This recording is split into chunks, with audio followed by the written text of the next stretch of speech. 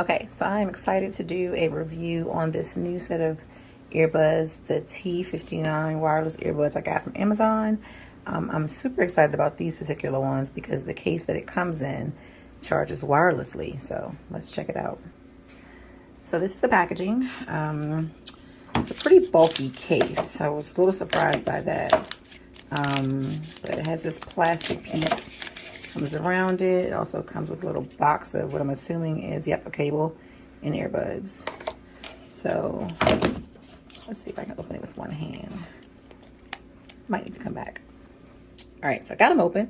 They're actually pretty sleek in this container here, in this little case here. So these are the buds, not super big, kind of sleek.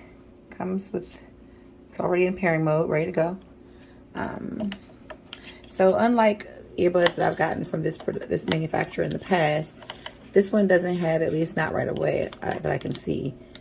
Oh, it does. Okay, I was going to say it doesn't have a space. Sorry guys for the crazy camera views. It didn't have a space for charging, but then as soon as I put it back in, there it is, 99% and in charging mode right there. And it has this nice little light on here. So the cool thing is that these are supposed to be able to charge, like set them on a charging block to charge.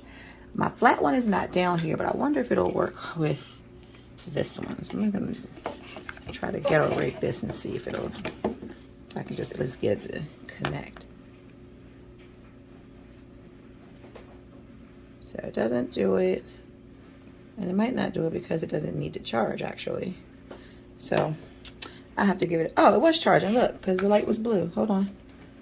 Hold on, people. Let's see if it's working here. Yep. So you guys see the blue light that just came on my charger? So this is actually charging on my wireless charging case. Now I have a flat one like this upstairs. So I can just set it right on top of there, my flat one, and it'll charge. So this is these earbuds. Let me give them a try.